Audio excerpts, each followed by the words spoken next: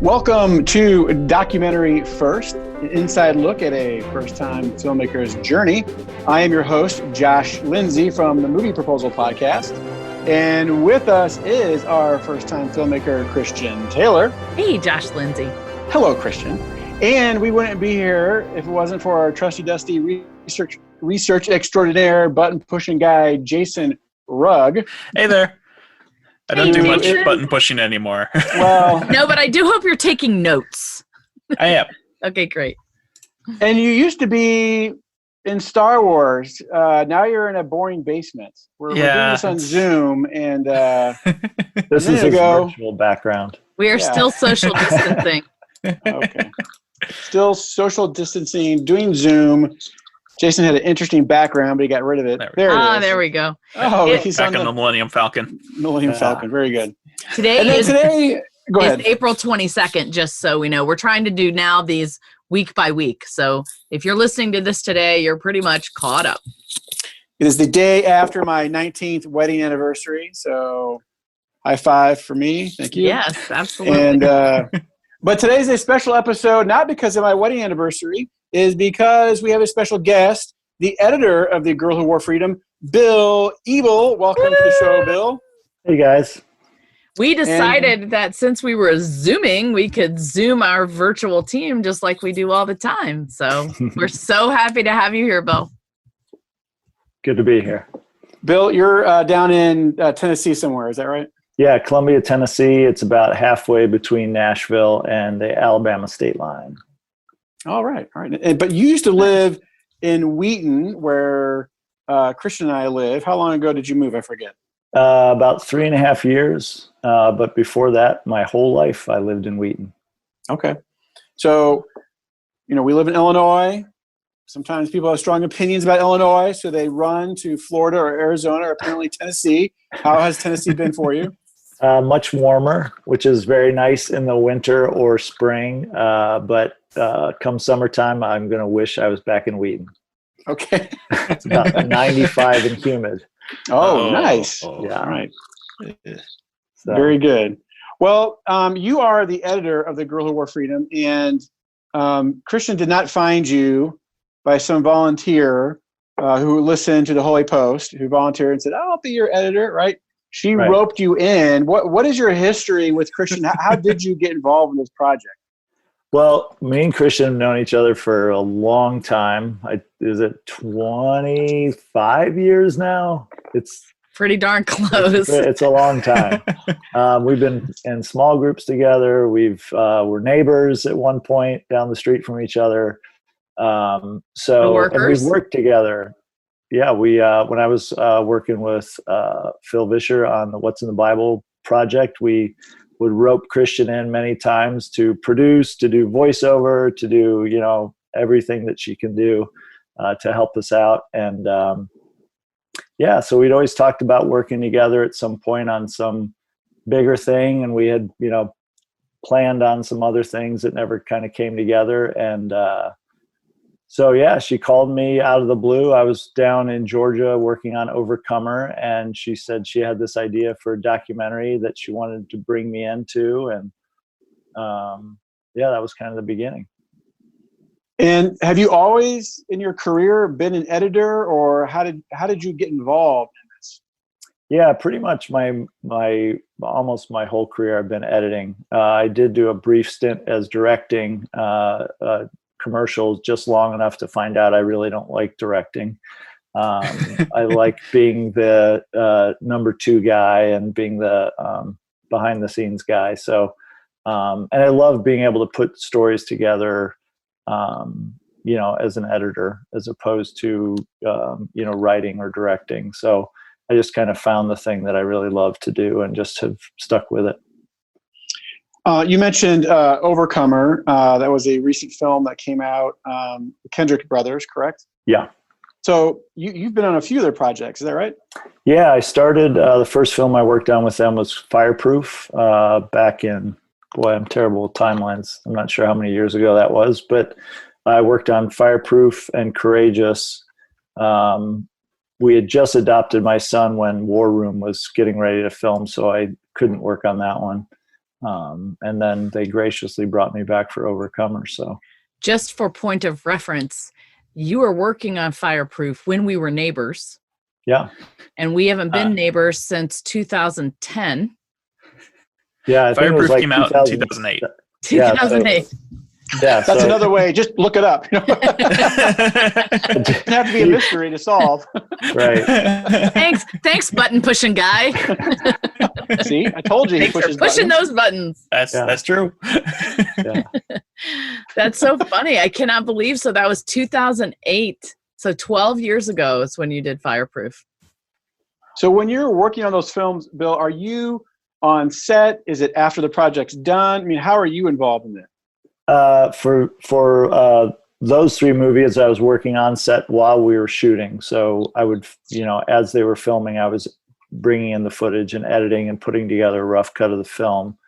For Fireproof, I stayed a little longer to help Alex Kendrick, who's the director, writer, producer, editor, everything on those films, and worked for a little while, but then had to get home. My family was needing me back, so I couldn't, stay till the end, because it takes months and months to edit a feature, and we were editing down in Georgia, so I had to come back. But I did a little bit of that on Courageous, but had to come home because at that time I was working full time with Phil.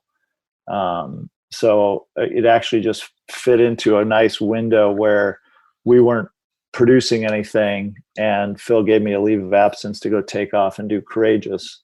But I couldn't stay afterwards and edit after. And then Overcomer, I did both. I edited during the shooting, and then with me, Steve Hallfish, and Alex Kendrick worked on the film afterwards. So for those who may not be as familiar with the editing process, I mean, a lot of times I hear, having a minuscule involvement in the film world, I hear editors have to defend themselves in terms of what they bring to the table, because there's a feeling that if you don't know how films are put together, that someone writes it, someone directs the screenplay exactly as written, which is not true, but and then the editor, all they do is put it together the way the director wants it, and you're just cutting film, or you're just piecing shots together. So it's more of a manual task, less than a storytelling task. But that's not true. So can you describe, how an editor is involved, or really what you bring to the table as an editor? Yeah, I mean, there's an old, saying that the film is written 3 times, once by the writer, once by the director, and once by the editor. And if it's done well, I think that's true, because the editor usually is not on set, which is, sometimes very helpful to not be involved in the shoot, because you don't know that it took all day to get that one set up and that one shot done. And to put it bluntly, you don't care, because your job is to serve the story and to put together the best story from the pieces that were shot. So when we work on a film, we go through all the footage. We look at all on a dramatic film, you look at all the takes, and you piece together your best scene for the director. Obviously there's collaboration after that point, where you work with the director says, hey, there was this one take I really loved. Can we look at that? And sometimes the director's right. And sometimes the director looks at it and realizes, oh, I remember that being better, because. Or sometimes the director says, didn't this happen? Go find the shot where this happened. And the editor says, that never happened. And I said, I know it did. I was there. And he says, were you looking at the monitor? Because it clearly did not happen on the screen. Well, let me clarify. I've never said that to any other director. because usually the director is looking at the monitor, and so they know what's been shot. But oh, the shame, the shame. Usually what he's saying is every other director knows what they're doing. Well, every other director I've worked with has done multiple projects before the one I joined. So they, I'm sure, learned all their mistakes on their first few. Yeah, it's a learning process. But this is why, just let me say, I knew I needed Bill, because as you can hear, he has a lot more experience with people that know what they're doing. And he has been in this business longer than I had, and has a depth of understanding of storytelling and of the process that I didn't have. Plus, we had a great working relationship, known each other for a long time, and creatively, our styles and visions and communication stuff, it was similar. And all of the other stuff had been worked out as we try to work on other projects. So I knew that we had this line of communication, and we were aligned on how to tell a story. And I knew I needed Bill, which is why he's really the main person that our budget has gone towards over this time to get this film done. Because, I mean, you know, he deserves every penny. He has a family of 5, and has the experience, which is what I think makes this film so special, thanks to Bill. He isn't just somebody that cuts film. So, Bill, you've mentioned in your past you've done a lot of fictional dramas. Have you worked on documentaries before? No, this was my first documentary. And in that instance, me and Christian learned kind of together. Because it is very different than cutting a narrative feature film where there's a script and there's, here's a scene with wide shots and 2 shots and over the shoulders and close-ups and whatever to build the scene.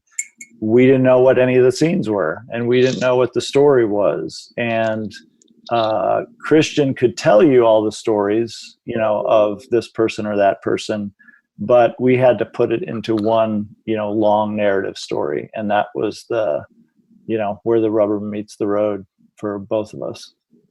So let's talk about just maybe the process, because you're in Tennessee. Christian has been back and forth, sitting with you, being up in Chicago away from you. Yeah. Maybe give us in a nutshell, what's the process like working on a documentary, but also part-time virtual documentary? Yeah. So I can't speak to the normal process of what a documentary looks like. But we've had to make our own process. Yeah, ours has been kind of a long and winding road. So initially, Christian had brought in a writer to put together a script. And she put together a script that, because again, Christian knew all the stories. She had watched, all of the interviews or been a part of all the interviews. I didn't know any of that. And I had 20 plus terabytes of footage that, was delivered, and, I can't physically watch it all in the amount of time we had to try to get something out the door for Normandy. Which, by the way, let's say how many weeks we had once we delivered that to you. Yeah. Well, when did that start? Because again, Julie wrote the script in November. I read it in the 1st of December while we were shooting our pickup shots, December 2018. We didn't have any of the French interviews transcribed till the end of January. That's right. Of 2019. Yeah. Bill, do you speak French? Yeah, this film's in French, by the way. Yeah. And you're fluent, right? Not a word. Well, now I am. Now I know a bunch of words, but. And so we gave you the footage the 1st of February, and it wasn't even all the footage. Right. And then I looked at the first assembly edit in like February 19th, which is when I was sitting in my bathroom crying, realizing that, oh my gosh, this is horrible. And we were already slated to screen at Utah Beach with the rough cut on May 27. Yeah. Yeah. So we had a script that wasn't working, and not so much that the script didn't work, but I knew it was like Christian, when she would call me and talk to me about the project, she would tell me story after story that would literally bring me to tears. They're just so emotional and so moving. And then we put the script together, and it was kind of a historical telling of what happened, which just wasn't, I knew what Christian wanted to tell. And so when I sent her that cut, I knew it was going to be we got to start over. So what ended up happening is Christian said, Yep. I'm getting on a plane. No, what ended up happening was my husband saying, "What's the matter?" And I said, "This is terrible." And he said, "Well, what are you going to do? Do you need to go and see Bill?" And I said, "If I don't, there's no hope." "How long do you think you're going to be gone?" "Oh, maybe a week." So I packed a week's worth of clothes and I called Bill and said, yeah, so she was coming down and we were going to work together here in my office for a week. And 6 weeks later, we were still working on the film. But, we got something together for Normandy. So that was kind of the for the first week, however, that we were supposed to be working on the film, Christian spent most of that time crying. And Bill finally looked at me at one point. This is why he's so great, because we really had no idea what we were going to do. Like, I think that first week we were just having to decide, like, what do we do? Yeah. And finally, the watershed moment for me is when Bill turned to me and he said, "Christian, you're just going to have to write it." And I said, "I'm not a writer. I can't write." He goes, "Yes, you can. I have read the stuff you've written.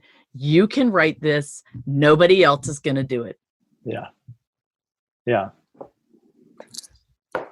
So it sounds like you're kind of part producer, Bill. Yeah, sometimes. But so sorry. We need a break for a phone call. We'll be right back. They're sponsoring us, whoever this is. That's right. Go ahead, Bill.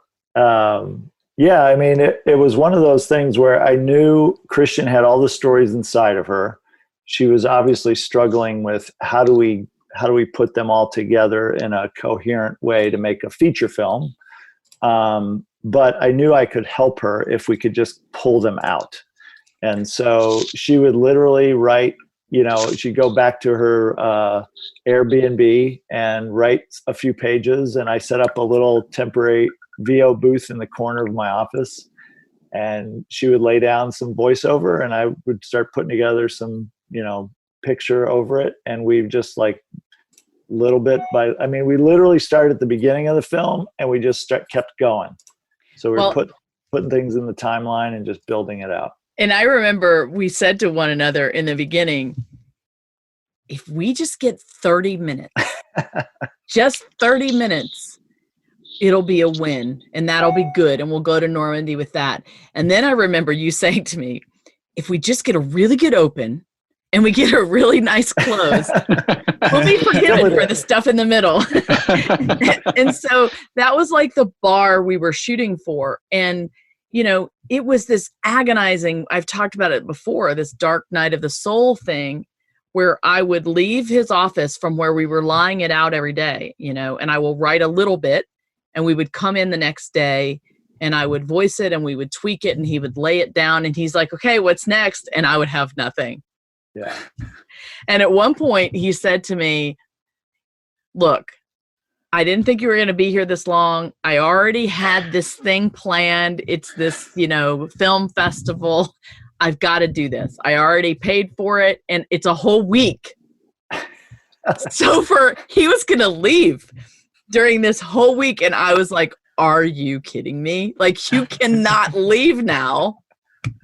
But he doesn't give me a choice. I can't yell at him because, so I was like, okay. But you know what? In retrospect, that was the best thing because that's when I got the big chunk of the film done. I just went away and wrote.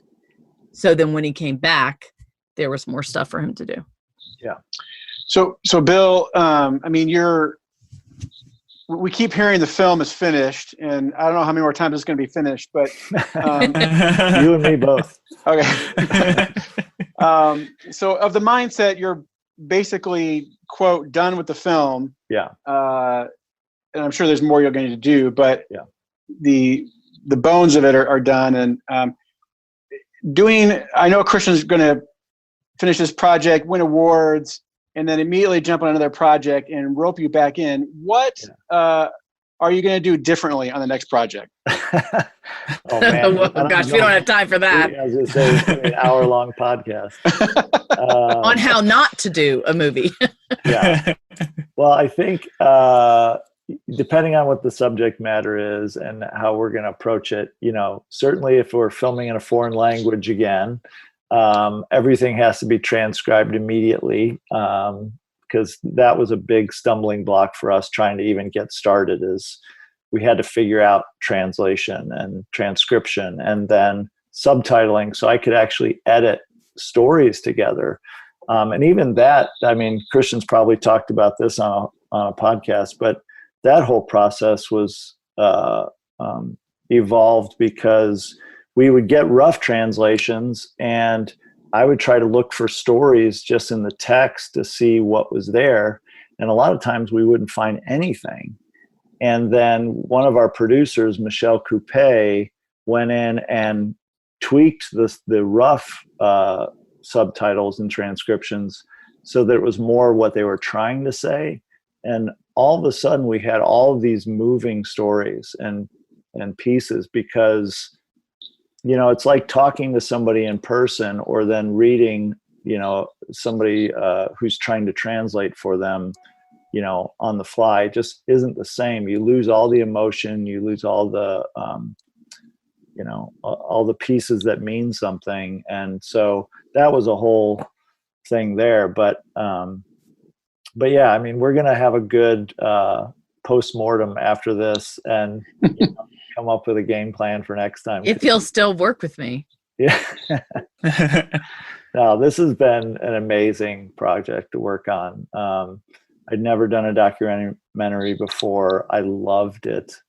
It is so much more finding the story than, dramatic features. Pretty much the story is there. You just have to pull out the best pieces and try to tell it in the best way. But working on a documentary has been amazing in that you really are digging for what's the story? How are we going to tell this? How do we honor the people that are in the film to tell their story the best way? And, especially for this subject matter, that was very rewarding. That's great.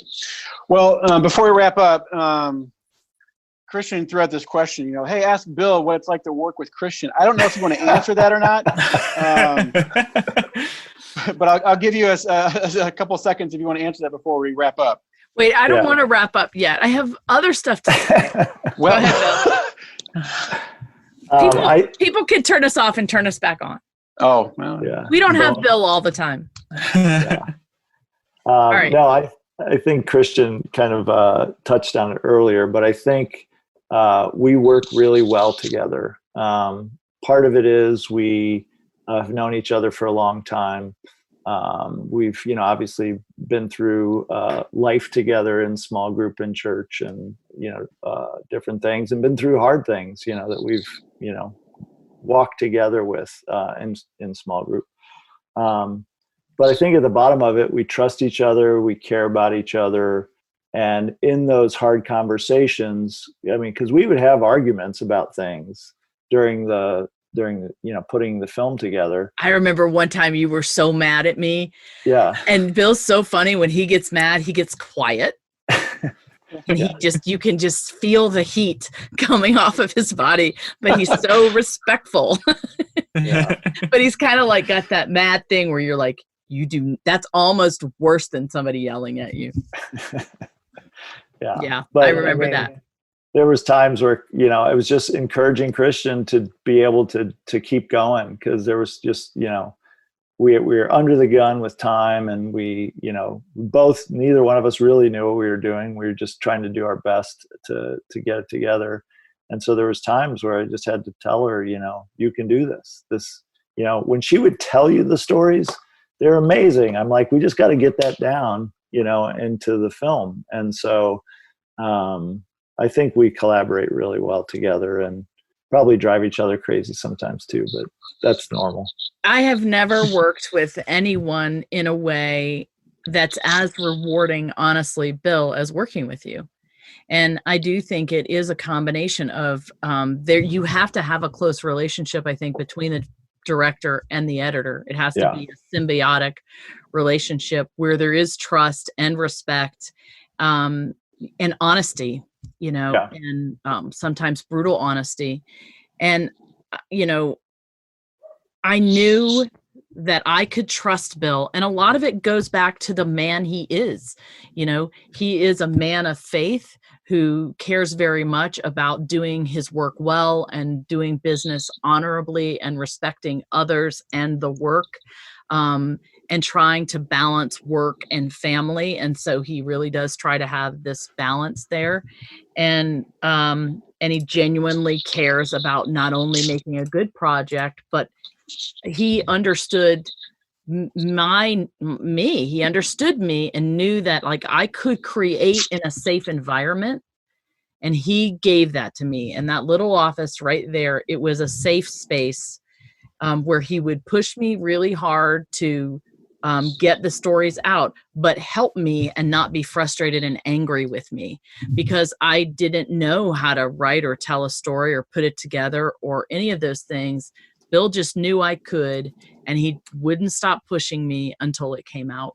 And because I trusted him, and because he didn't get angry and was patient, I think that was key. So in this instance, he really truly deserves, more than just editor, in my opinion. And in the next film we do together, there will be others, I'm hoping. We will probably need to rethink, his role. So he's not just an editor that I'm paying, but I think he comes on and has the titles that he already is, walking in. So, yeah, it's been great. Christian, do you have any other questions you'd like to ask? Well, I would like to say we are in a very unique place this week in the documentary that I need to update people on. This came out of the blue, and it happened about a week ago. Actually, right the day after our last podcast, I had to ask Helen Patton, granddaughter of General George Patton, to sign a release. And in doing that, somehow she called me. And we began talking and found out we have a lot in common, that she and I both went to the same college and we knew a lot of the same people. And there was a real interesting connection right away. And she then watched the film, and the next day woke up and said, that is a great, amazing film, but I have something to tell you that you're probably not going to like. And I was like, oh my gosh, what is this going to be? And she said, I think that you ought to forego your film festival run. And I think this needs to be the world's D-Day celebration. And I was like, what? What is that? What does she mean? That's what I wondered. But all of a sudden in my gut, I started to cry because I knew she might be right.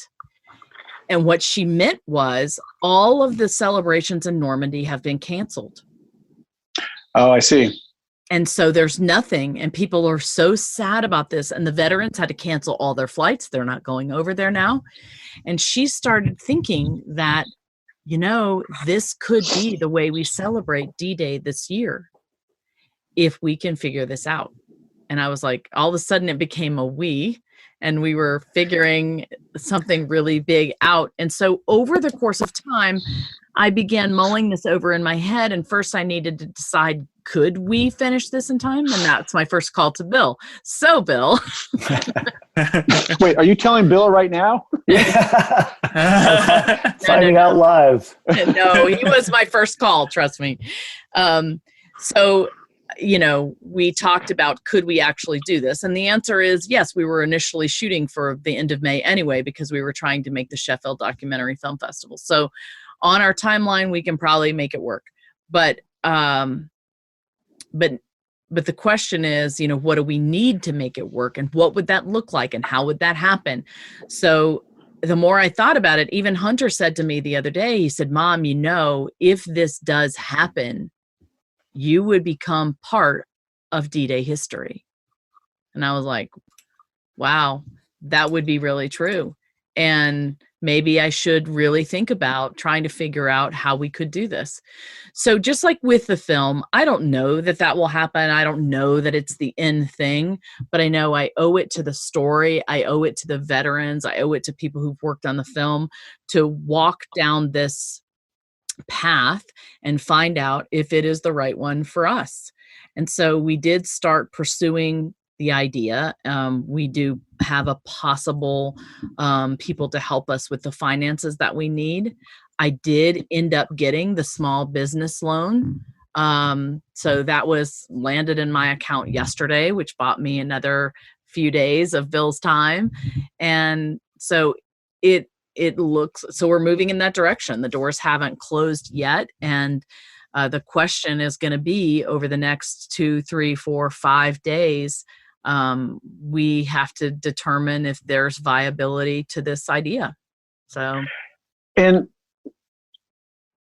I'm going to assume that there's some listeners who are having trouble connecting the dots as I am.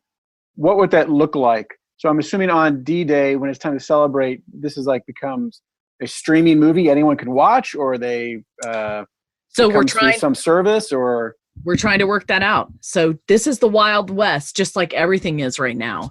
But right now, the people that I'm talking to are seeing exactly what I'm seeing, which is there is no D-Day.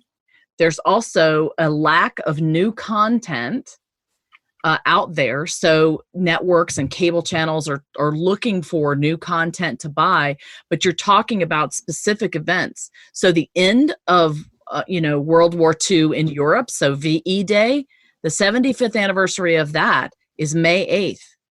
And 4 weeks later, it's D-Day. And that was 75 years since Danny stood on Utah Beach in a flag dress made out of parachutes. So it's a big 75th anniversary this year of those two events. And there's really no original content, like ours for sure, out there. And so it's a perfect time for us to make this pitch. For example, the 3 main networks came together last week to do the big music fundraising for the COVID, right? And were networks to come together and decide to partner with their affiliates in France, and you show this film on D-Day in the USA and in France, that would be a huge deal. So the question is, how do we present this idea? Because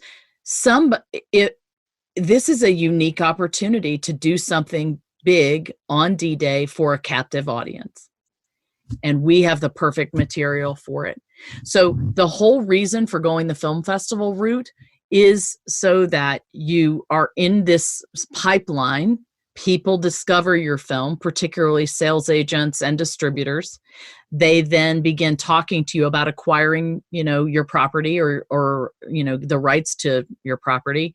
And then they go and try to sell it with networks or streaming services or whatever. And it's also to win awards or accolades or things like that, so that I earn a reputation as a filmmaker, Bill earns one as an editor, etc. And that's important. But at the end of the day, you want your film to be sold, right? So if we have the ability now to make a sale to several different places, that's a win, particularly if it's one of the main contents on D-Day for people to watch.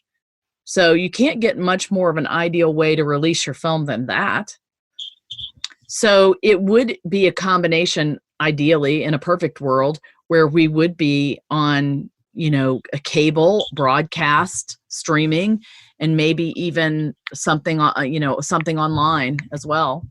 So I don't know. We're talking to people and trying to figure out what the options are, and trying to figure out if there's a financial appetite to support all of that. I don't know. Well, maybe we'll know more next week. Well, that's why we have this exciting podcast to keep people updated. So I'm looking forward to the next one myself. Well, and Bill's going to have a lot to update on, because right now he's got a lot on his lap. Why don't you tell them what you're doing to make this possible, Bill? Well, I mean, basically we are converting the film from 1080 to 4K, which is actually hasn't been too terrible, except for the fact that we realized we were missing some files. So we had all the proxies, but not all of the raw footage like we thought. So we're in the process of getting that and basically getting all the final pieces so we can go to color correction. End credits are being created right now. So we're just kind of pushing forward like we're finishing the film for June. And just hope that everything else comes together. And if not, we'll have the film finished by June. Yeah. Very exciting. Well, cool. So, Christian, anything else? I think that's it, unless you have any other questions. Jason, you got anything? Josh, no, I don't think so. Yeah. So I would just say we really do need people to continue to pray if you're a praying type of person. We still can use donations. And, I just want to say we have added, thank goodness, several other volunteers on the social media team. And, I've been super excited about that. So yeah, things are going along awesome this week. We'll talk you had to qualify it. All right. Hey, Bill, thanks for being with us. Really appreciate it. And really, it was great. We should have had Bill on a long time ago. Yeah. Because it didn't really open the door, like, man, just to really have a greater, more in-depth understanding of what's going on and different perspectives. So thank you. Yeah. I hope we'll have everyone, it back. We'll have you back for sure. And we are going to do this with other people. Jeff Kurtenacker, the composer, Jason Hoban, the sound guy. So we're going to get everybody's perspective about working on this film. All right. Sorry. Go ahead. You can close this out, Josh. All right. Well, hey, everyone. Thanks for listening to Documentary First, where we believe everyone has a story to tell, and you can be the one to tell it. Bye, everybody.